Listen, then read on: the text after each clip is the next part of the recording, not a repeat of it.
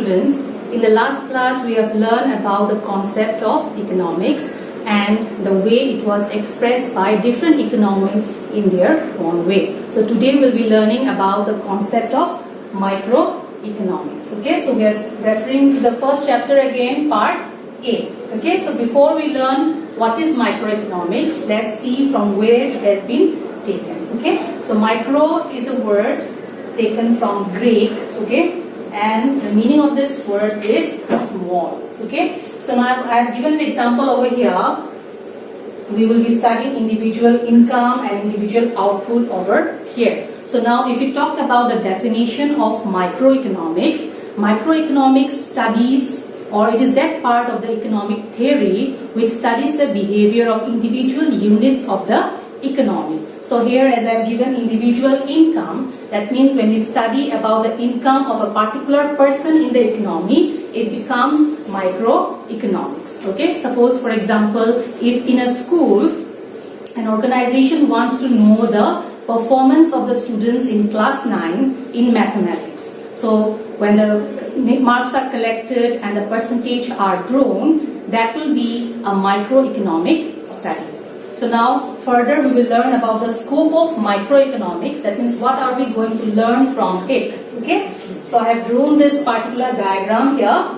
So now we'll be learning about product pricing, factor pricing, theory of economic welfare. Okay, so on the product pricing we have theory of demand and theory of production and cost. Okay, so that means in product pricing, it talks about the fixation of price of a product. Now, how it is done in a market?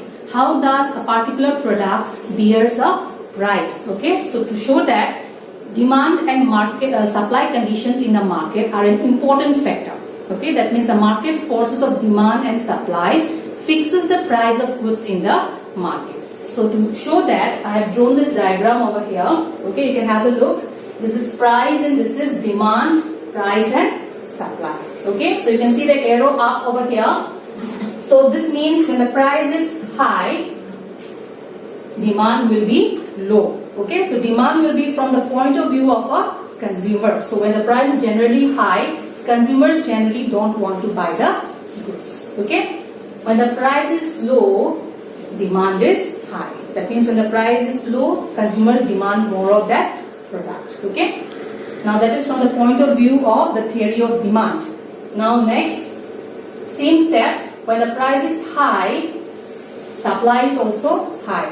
Now this is from the point of view of a producer, and when the price is low, supply becomes low. Okay, and this is how prices of goods are determined in the market. Okay, so the point when the demand and supply are equal, that is the point when the price is fixed in the market. Okay, so that is according to the theory of demand. Now theory of production and cost. Okay, so under this also price can be set. So in order to show that, I have given a very simple example over here. Let's assume that a particular firm is producing a commodity. Okay, and these are the various expenditure that the producer needs to incur in order to produce the commodity. Okay, so as I written over here, raw materials costing 1000 rupees, wages 1000 rupees, rent 500, transport charges 500. So the total is 3000.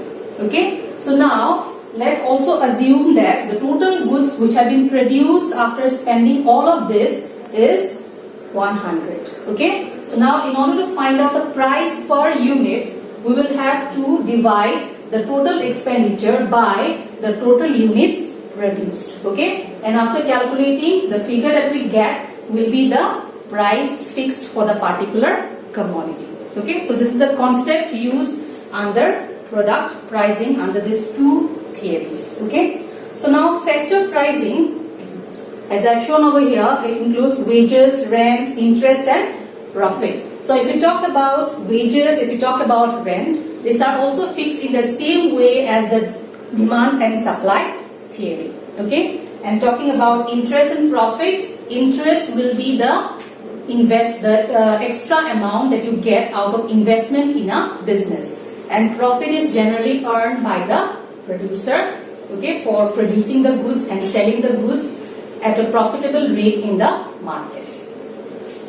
Now, next we have theory of economic welfare. So now here it talks about the allocation of resources. Now allocation means distribution of resources. Now let's talk about money here when we say allocation or distribution. Okay. Now suppose if the government allocate, that means if the government distribute money in a particular locality, say a locality. Okay. Let's say 1 crore of rupees there to set up a particular factory. So now in this case, the main question is whether the people have, benefited from this particular investment. Okay. If the people in that area are getting adequate quantity of goods because of the setting up of that particular factory in that locality A, or if the people are getting adequate amount of jobs because of the setting up of that factory in that locality A, we call it economic efficiency. Okay, that means the distribution of resources or distribution of money done by the government has been efficient. Okay, so that welfare will be studied under this theory of economic welfare. That means a particular allocation of resources, whether it has brought efficiency to that particular region or people has been benefited through that or not. Next, we will learn the concept of macroeconomics. Okay, so the term macro has been derived from the Greek word makros, which means large. So now the example for this is national income aggregate consumer. Aggregate means total consumer. So now in microeconomics, I have already explained the example, which is individual income. So in case of micro study, we study the income of one individual. But in case of macro study, we will be studying the income of the overall people in the country. So that is the national income. So macroeconomic is that part of economic theory which studies the economy as a whole or in its total. So now here, as I've mentioned, economic growth with social justice. Now macroeconomic works because of the concept of economic growth with social justice. It talks about equal development in the overall regions of a country. Okay, so which means that there shall be no inequality or partiality relating to development in a region in a particular country. All the regions should be given equal importance. So macroeconomics studies and talks about the overall development or overall welfare of the country.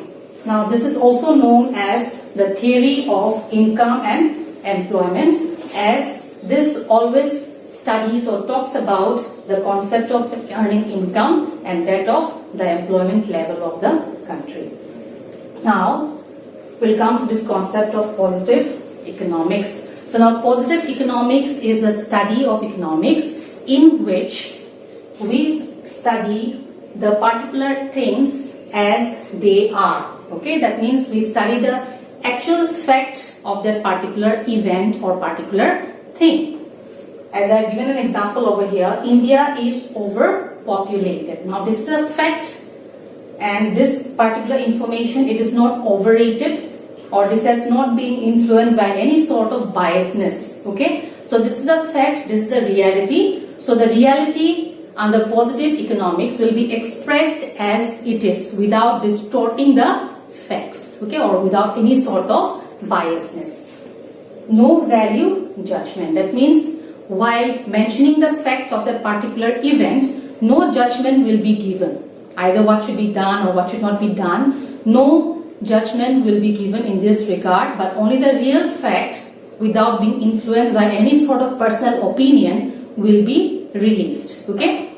So next, actual description of an activity. That means however bad the particular event or activity or thing may be, we will always try to reveal the real fact without being influenced by any organization or government or any other person. Okay, so positive economics studies economy as they are. Now next we come to normative economics. Now normative economics studies what ought to be, which means that what should be done, what should be the ideal place or ideal situation a particular thing should reach. Okay, value judgment. Now this involves value judgment. Okay, now as I've given example over here, India is overpopulated, which is a positive economics. Now here, using the same example, I've converted it into normative economics, what it should be. Okay, so population control measures should be popularized. Now that becomes like a solution to the problem. Okay, so now that is attaining idealism. So normative economics talks about what is the ideal thing that should be done in order to sort out a problem. So determine the ideals. Okay, so that means we'll be talking about the best thing to be done in order to sort out the problem. So one thing also to be kept in mind, that while mentioning this, it is not necessary that just because under normative economics this statement has been released, it should be done actually, but it talks about the ideal state of a particular thing. Okay, what best can be done or what will be the solution to a particular problem. So both positive and normative economics are equally important, because positive economics talks about what is the real state of a particular thing, and normative economics talks about what ought to be. Now next, let's learn this concept of economy. Okay, so economy refers to the whole collection of production units in an area or region by which people get their living. Okay, so now you see here, whole collection of production units. Now production units can be schools, private organization, public organization, banks, hospitals, mines. Okay, now all these are organizations or production units which produces goods or services. So generally economy means a place where all the productions of goods and services takes place, and here you see by which people get their living, and because of the presence of such production units, people earn their livelihood in that particular area. So if we give the example of our Indian economy, so in the Indian economy it comprises of the various schools that we have all over the states in India. It will be talking about the hospitals which is located all over the states in India, the banks. Okay, so all of these are coming under the production units or collection of production units taken together, and the presence of all of them creates livelihood for the people living in the country. Okay, so that is the meaning of economy.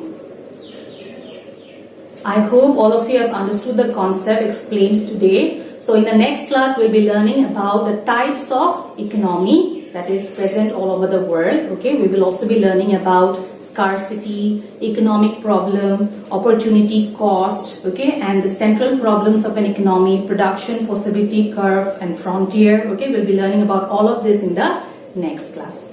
See you all in the next class again. Thank you.